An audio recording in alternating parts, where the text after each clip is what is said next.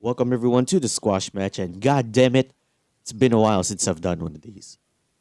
Um, I remember like the last time that I did one of these was, if I'm not mistaken, it was like the time when CM Punk came to AEW. Because believe it or not, the channel once became a CM Punk channel. Based on all the rumors that circulated at that time. But yeah, it feels good to be back doing one of these. And the main reason why there hasn't been a lot of content lately is mostly due to schooling because I basically had midterms 2 weeks ago, and our finals will probably be held next month. Ah, my God. So I'll definitely be focusing a lot more on those because let's face it, studying is a lot more important than wrestling, right? All right, so today we're going to be talking about the latest and never ending round of releases from the WWE. And this was the first thing that popped on my Twitter feed once I woke up. Basically, I woke up 6:30 in the morning, a lot earlier than the time I usually wake up. And I came into the news that Scarlet has been released, and I scrolled up again and refreshed the homepage, and then I see Frankie Monet being released, and I was like, "Oh my god, are we actually gonna go through this one again? Like, are we actually gonna have another round of releases today?" Because um, if I'm not mistaken, probably during the midnight here in the country, there's been rumors circulating that there will be more names to be released during today, and I didn't see it, so that sucks. I wasn't informed. But once I woke up, God, the releases just started coming in. It was shocking, basically. So here are the names that were released today. So it started off with Scarlet, Frankie Monet, Ember Moon, Oni Lorcan, B-Fab from Hit Row. That sucks. Jessica Mia, Zayda Remier. I'm not too sure if I pronounced that right. Trey Baxter, Katrina Cortez, Jeet Rama, Grand Metalik, Lindsay Dorado, Karrion Kross, Keith Lee, Harry Smith or Davy Boy Smith Jr. or David Hart Smith, however you guys want to call him, Mia Yim, Eva Marie, and Nia Jax. And oh my god, Keith Lee and Karen Cross are probably two of the biggest names in this latest round of release because Keith Lee is set to debut a new gimmick as Bearcat Lee. I mean, I was invested in the character because it was something different for Keith Lee. And now he's released.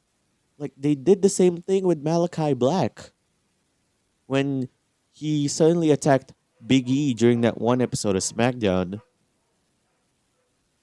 and then 2 weeks later, or about a week later, he was released. That one basically sucks. Especially with Keith Lee. I mean, he just returned from the health scare that he experienced. Um, Man, it just sucks, man. Karrion Cross as well. What Karrion Cross experienced on the main roster is one of the most unfortunate, one of the most unfortunate runs on the main roster. I mean, he debuted without Scarlet for some reason, and then he loses to Jeff Hardy. And I gotta admit, I thought this was gonna turn into a storyline heading into SummerSlam this year, but no, no, no, no, nope. Jeff got COVID, which sucks also, and the storyline was halted. And yeah, and then the WWE repackaged him into this gladiator like character, and it was like, what the hell? Like, I loved Karrion Cross in NXT. He was a dominant wrestler in NXT.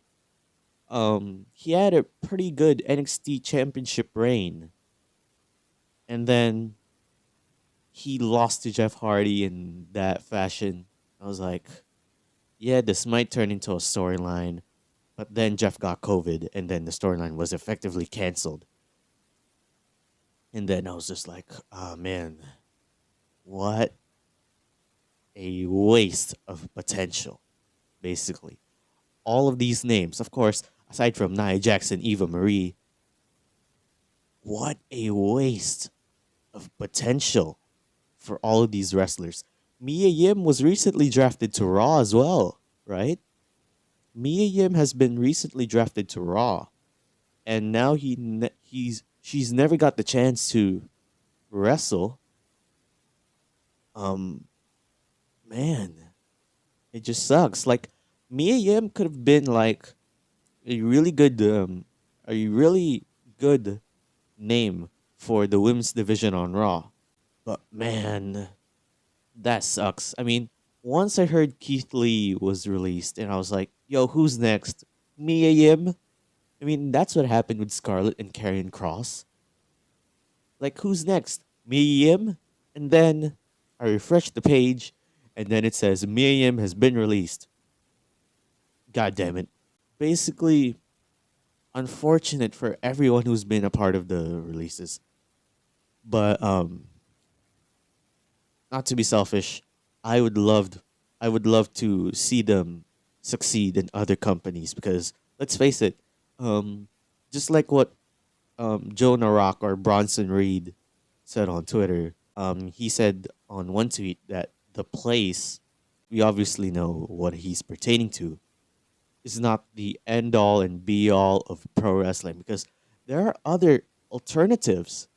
And that's what I love about this era. There are a lot more alternatives. It's not just the WWE. It's AEW. It's New Japan. It's Ring of Honor. But I think they're closing by December after their pay per view, which sucks also.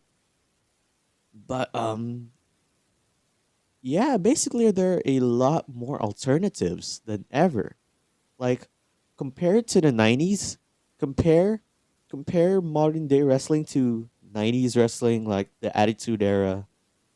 It's basically just WWF and WCW.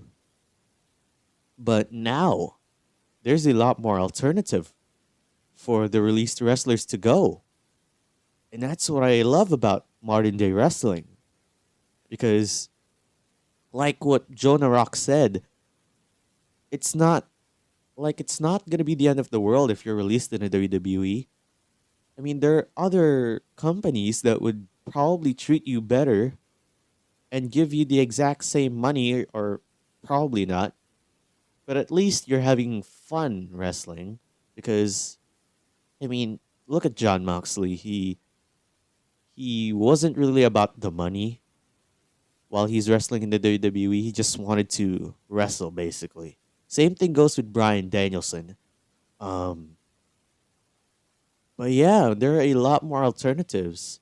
And I'm very excited for the careers of all of these wrestlers. Of course, aside from Eva Marie and Nia Jax, all of them are so, like, the two of them are just the worst wrestlers.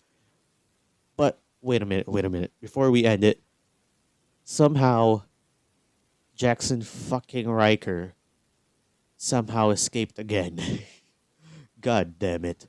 But yeah, one last thing, one last thing to say, the releases are unfortunate, but I'm gonna stay optimistic for all of these wrestlers.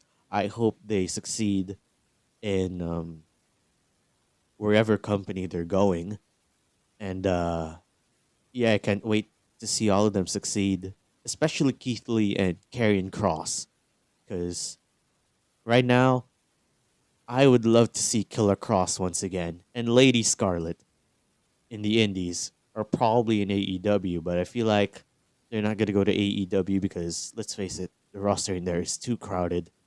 No more space for them.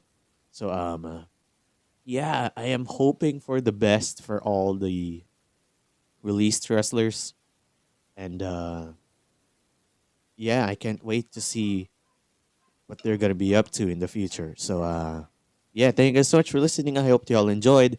it feels good to be back.